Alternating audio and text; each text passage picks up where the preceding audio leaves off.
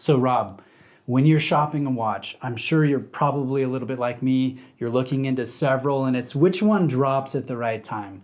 Like what's the best condition or the best price or whatever the factor may be. And then there's going to be watches that get left behind. Do you have watches that are kind of like bridesmaids but have not been the bride yet? Yes. I have watches that have been bridesmaids for years. For years. All their friends have gotten married and they're just still sitting, holding the flowers, waiting for the pictures to be done. Like it's just the sad part of watch collecting. You can't get them all. You can't buy them all. You cannot buy them all. You might want to. Yes. Maybe at some point you try all that you want if you're cycling through, maybe you're flipping watches, but it's unrealistic to expect everything, at least for most people, right? Right. Well, and I'll even take it a step further. Let's say you have the means to buy them all. Okay. Should you buy them all because at this, in that short time frame? Because then you're not even appreciating them to the fullest extent. Yeah, that's a good point. So just from like I have one wrist, or possibly two if you're one of those weirdos.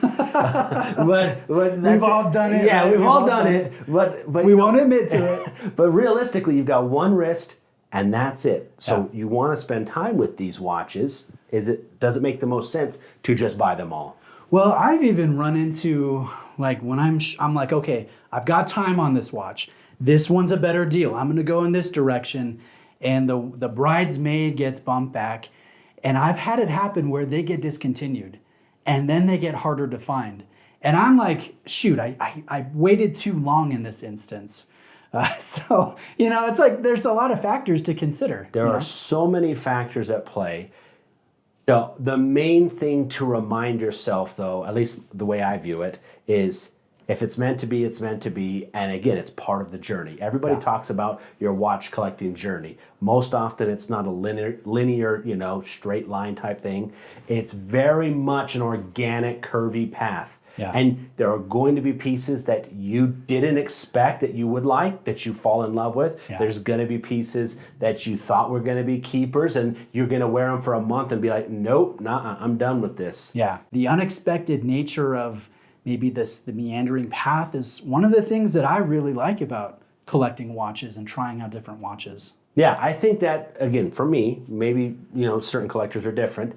That's also what I appreciate is that kind of organic path, because when you take such a clinical view of it and spreadsheet it out and, on July 17th, I'm going to buy this piece. On October 15th, I'm going to buy this piece. Well, you say that, but I do know guys that do the spreadsheets. They track what they bought it for. They track the current value. If they've sold it, they track how much money they lost or made. And you know what? We might laugh at it, but it's actually like kudos to them. Yeah, and if that's the way that they enjoy their journey, then so be it. Yeah. I just think something gets lost when you view completely, clinical like that. Yeah. It just becomes just this commodity, this thing, and you lose some of that emotion. The emotion? Yeah. You lose the emotion out of it. So what watch would you say is a bridesmaid for you that has not been the bride? Okay, well, I'll bring up one that was the bridesmaid for many, many years. Okay. And then it actually became the bride. And it's this. It's my Panerai. Well, Bruce will throw up a little video or a little picture. It's my Panerai Radiomir 610. And this watch, for whatever reason, completely captivated my attention. Yeah. And I was infatuated, but I just couldn't pull the trigger. Whether it was I didn't find boxes or papers. Sure. Well, I bet the size might have been intimidating so too, that was right? another factor. I wear, all sorts of different sizes, but the 45 millimeter was a little bit daunting. Yeah. There were a lot of factors at play. The lug width. The lug widths, yes. The idea of this like 26, 27 millimeter strap, that was kind of a big deal. Yeah. Panerai's kind of controversies that they had through the years, that was a factor that I weighed. A lot of things were going into this, but the design and how this watch made me feel kept having me come back for more. Okay. And it never left my eBay watch list. It never left my Chrono 24 watch list. I always would get the updates and go, oh wait, let me see this new 610 that just popped. Like, no box and papers. Or, ooh, that's a little pricey. Oh, that one's got mangled, something. And it was always something, but I never lost that interest. So what pushed it over the edge for this one then? Ultimately, Yeah. just one day I told myself I have to kind of exercise the demon.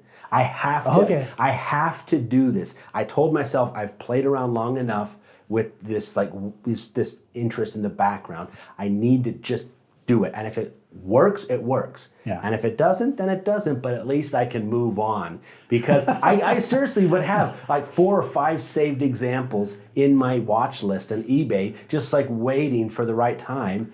Are we talking like 4 years you've been thinking about it? Yeah, I'd say probably 3 to 4, something like that. 4 years. And again, this is not a limited edition. This is not it has the 8-day movement, which was another one of my main interests, because I wanted this idea of like I could just wind it up and put it in the box all week. I could just not even worry about it. Oh, what am I going to wear today? I guess this one's running, and I just grab and go, almost like a quartz. So like that to me. Is that an open case back? Yeah, it's an open case back, so I can show non-watch people, because it's a recognizable watch even for non-watch people. They're like, oh, that's kind of a cool watch or whatever. So it's a conversation starter. It's a strap monster. There's so many other things. The lume is great. The lume is great. It winds well. It keeps great time. There's so many good things about this.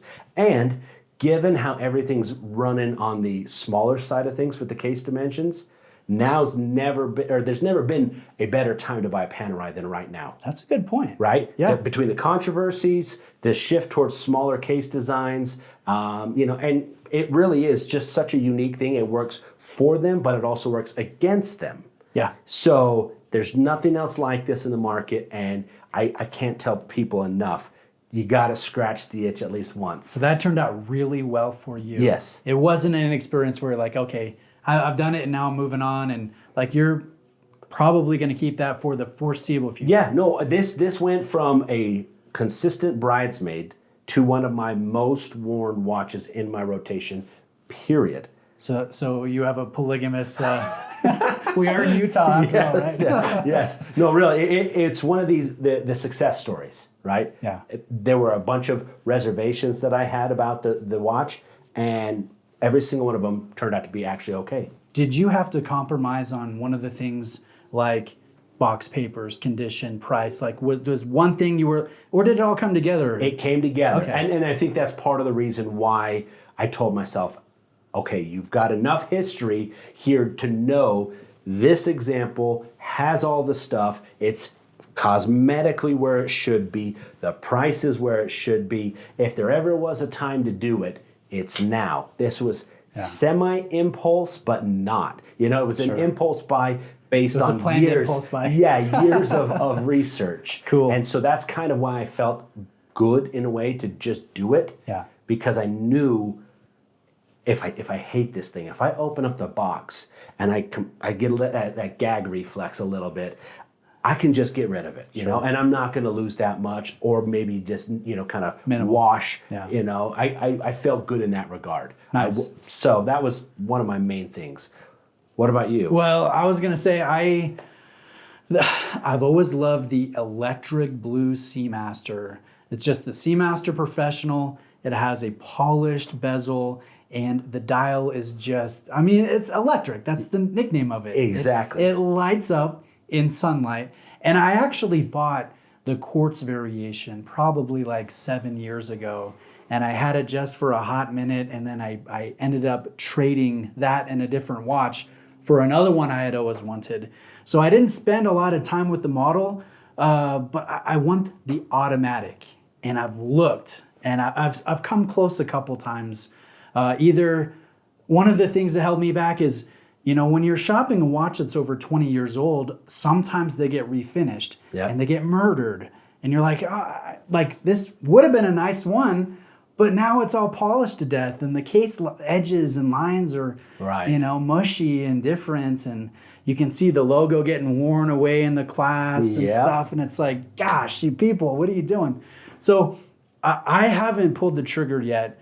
I came close last year. I found an example at the National Watch and Clock Collector Convention, and it was just this massive room, and everyone was buying, selling, trading all types of horological memorabilia and watches. And this dealer had one in his case, and I tried it on, great condition, had not been refinished. The bezel looked pretty good.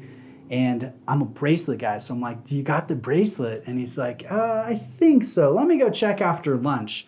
Like, I was not a high priority for him, which I don't know about you, but when you're kind of having a sour purchase experience with a salesperson, sometimes you identify that experience with the watch and you kind of don't want the watch anymore. So I don't think I'm like some prima donna, but I was a little miffed that he wasn't wanting to help me out and possibly make a multi-$1,000 sale.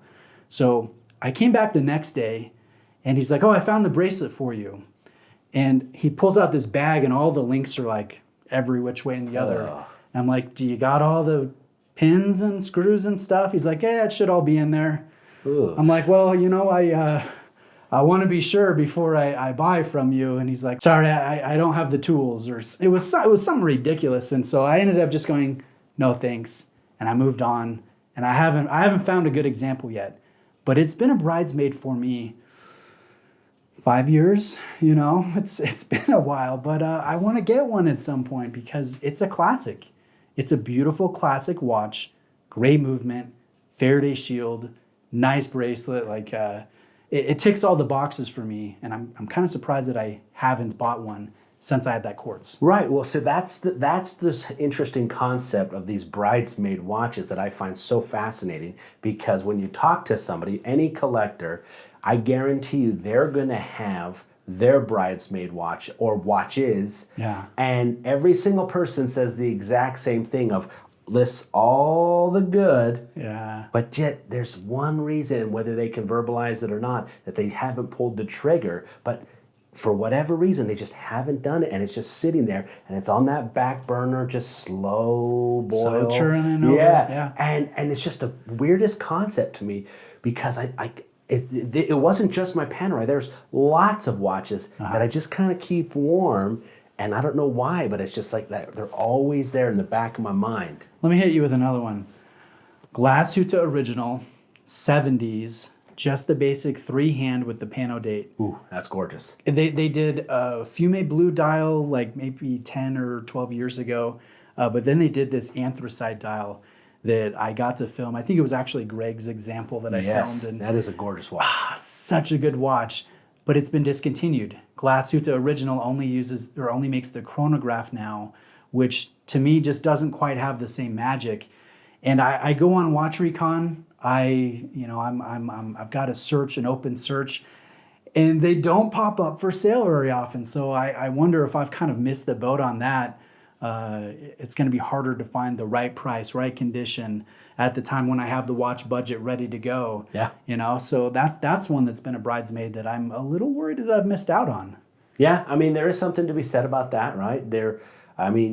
One view to look at it is like, if you did miss at it, then maybe it wasn't meant to be. Yeah. And, you saved yourself the trouble of flipping it later down the road. That's true. Try and find some sort of a positive or a silver lining to that situation. But yeah, unfortunately, waiting sometimes does get you into a bit of a pickle there. Yeah, it's harder to finally acquire, but maybe if you do, the experience is that much sweeter because you finally got it. Yeah. You're enjoying it after maybe a longer process of anticipation. Yeah. So, No, I totally get it.